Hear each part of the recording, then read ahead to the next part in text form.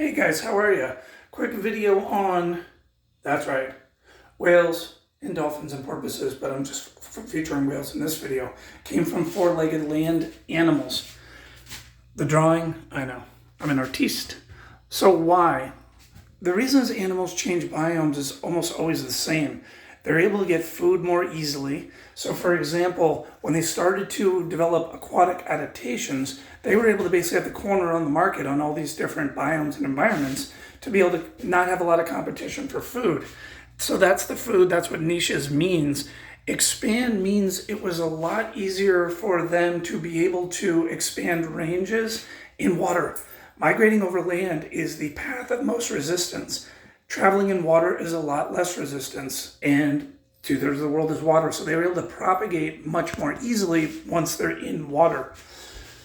These are some of the body plans, which you can completely identify from quadrupedal as it gets down towards, this was only a handful of million years ago, this is what a blue whale would look like today, okay?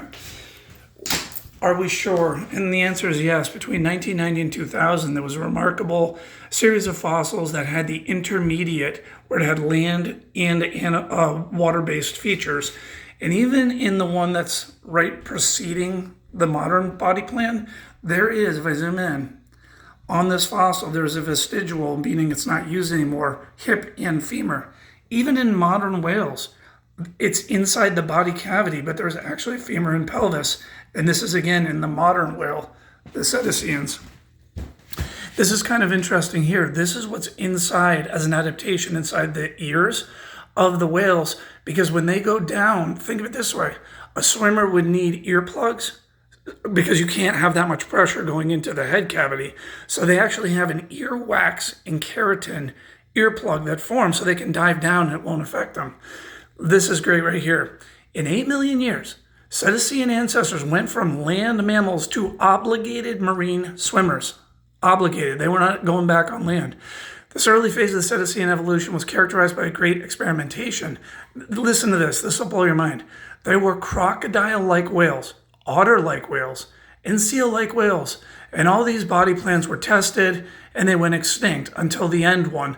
So there's roughly, this is actually interesting, roughly 90 modern species of cetaceans. They all have a streamlined body, no neck, horizontal place, triangular fluke, devoid of hair on the skin. And one of the things that they found is that the embryos of whales still look like quadrupedal animals, but then as they develop, they start to look like you and I know them to be. I can do more of this sort of stuff, just let me know in the comments.